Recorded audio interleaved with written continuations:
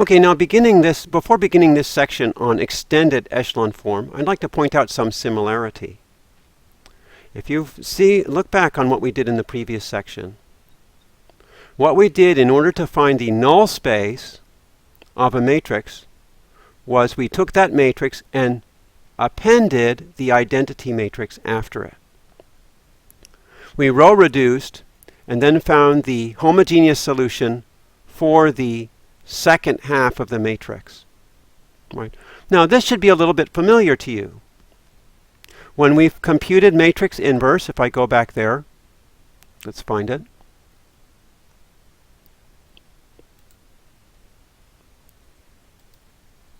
I jump to the place here. When we computed the matrix inverse, what we did was we took the matrix, we augmented it with the identity matrix, which is the very same thing we just talked about. We row reduced, and then the resulting matrix was equal to the inverse matrix.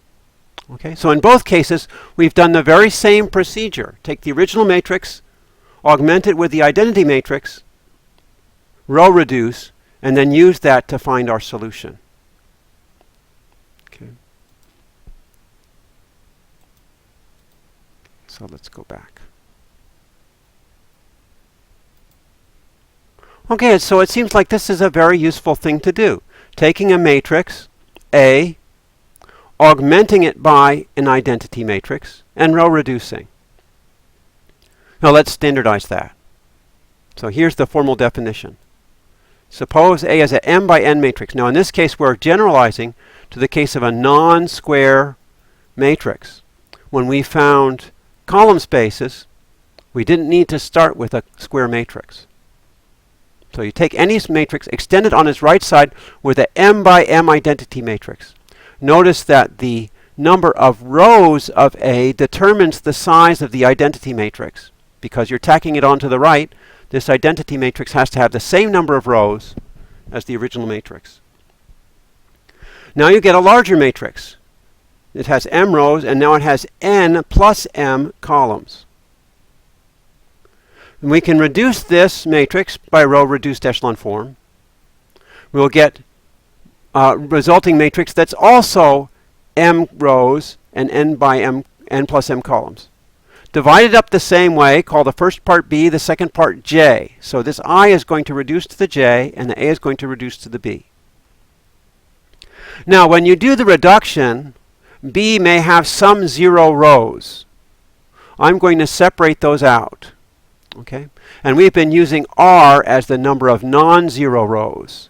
So here we have R rows here, and we have n minus R rows here. Okay? So I'm going to split this Bj up actually again. I'm going to split off the rows that have zeros in the B part. And we'll call these matrices Ck and L. Okay? So we have a definition for B, J, Ck, and L. Okay? And we're going to use these matrices to do some good stuff. All right, so here's an example. If I start with this matrix, it's not a square matrix, and I start with this matrix and row reduce. Here I row reduce, I add the 4 by 4 identity. So after I row reduce, let me consider the last 4 rows. Okay. So here's my B. This part is my B. This part is my J. And then if I'm going to divide it, I have to divide it again here. That part's 0. So this part up here, above the 0 row is my C. This part here, next to this part's called K. And the part below is called L. Okay, so I have L, K, C. All of this is called B. And all of this is called J. So J is K and L stacked.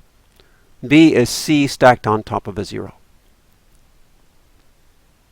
Okay? Now we're going to get some very neat properties of this extended echelon form. It turns out that J, which is the right-hand part, is always non-singular.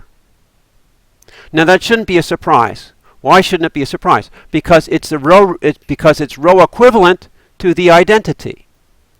When you do row operations, you're on this big matrix, you're basically doing row operations on the left-hand side and the right-hand side independently. So this right-hand side result will simply be the result of row operations on the identity. So J is non-singular.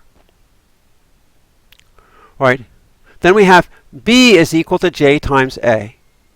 And we'll see why that is. Now look at the third condition here.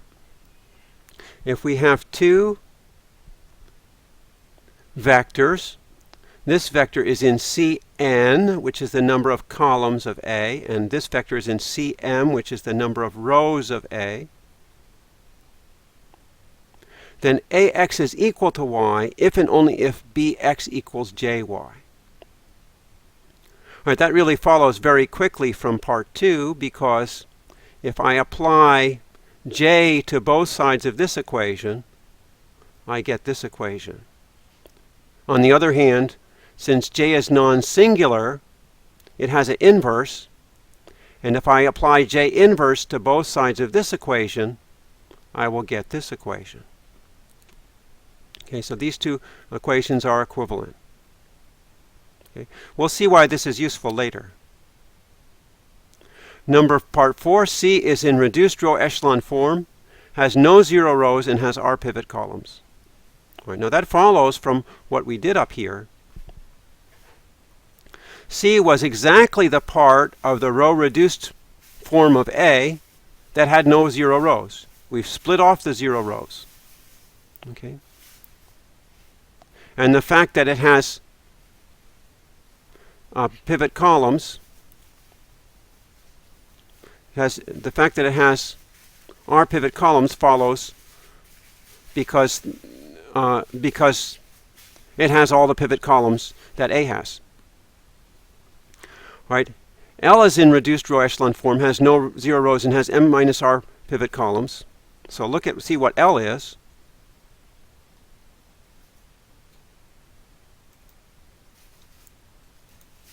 L is this part underneath. Where'd it go?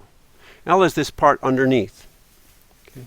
Now, since this part is all zeros, this part must have the row reduced form. Okay. And we know that this matrix K over L, this stacked matrix is non-singular, so there's no possible way for this to have any zero rows. If this had zero rows, then this matrix here, this matrix J, would be singular. All right, so as I talk through these conditions, I've explained why this is true, because it's row equivalent to the identity. Explained why this is true. It follows from B multiplying both sides by the same thing. I've explained why this is true, because C essentially has the same, has all the non-zero rows of the row-reduced form of A. And I explained why this is true, because L is part of the row-reduced form of the identity. The only thing I didn't explain was this one. This one's a little bit tricky, and that's in this paragraph here. So let me go over to the whiteboard to try to explain this. Okay, so let's go over to the whiteboard. Remember, what I'm trying to show is this B equals JA. Right? We're going to use the following fact. Suppose you perform row operations on a matrix product. So you take, I'm using the letters P and Q to emphasize this is true for any two matrices. So P is a matrix, Q is a matrix. You multiply them together, and you take row operations. Now, it turns out that you can get the same result if you do the same row operations just on P and multiply by Q. Really kind of strange. Okay? In other words, if I multiply and then do row operations, that's the same thing as doing row operations just on the first one and then multiplying by the second. So for instance, if I row reduce a matrix P times Q, that's the same thing as row reducing P and then multiplying the result by Q. Now you may think this is very, very strange. Well, how can this be? But it turns out that this is true because row operations can be expressed as multiplying on the left by a matrix. In fact, row operations, so row operations is like multiplying R times on the matrix. And if you have R times PQ, that's the same thing as R times P Q, where here the times just means matrix multiplication. In other words, if I row reduce PQ, that's the same thing as row reducing P and then multiplying that by Q. All right? So let's apply that to an identity that we know. We know that A times I is equal to I times A. All right, now these i's are actually different sizes. Remember, A is, well, let's see what size A is. A was a m by n matrix. Okay, so if I'm going to multiply on the right, this must be n by n, and this, if I'm going to multiply on the left, this must be m by m. Okay, now let's row reduce this side. So if I row reduce this side, I'm going to get row reduce of this product, but that's the same thing as row reduce the A times I. Okay, so that's going to be that's going to give me the row reduced A is B, and then this I becomes the same as I. Okay. Now what happens if I perform the same operations on the matrix I? Well, we saw before when we inverted matrices, that's how we ended up with the matrix J. And then I know that to do row operations on this product, it's the same thing as doing the operations only on this one and leaving this one unchanged. So that gives me BI equals JA, and that's the same as B equals JA. Okay? So that's the missing link in the argument. We have checked off all of these parts. J is non-singular, B equals JA, AX equals Y if and only if BX equals JY. C has R pivot columns, and it's reduced row echelon form. L has M minus R pivot columns, and it's reduced row echelon form. Okay, so we've checked off all of these facts. Now let's use them.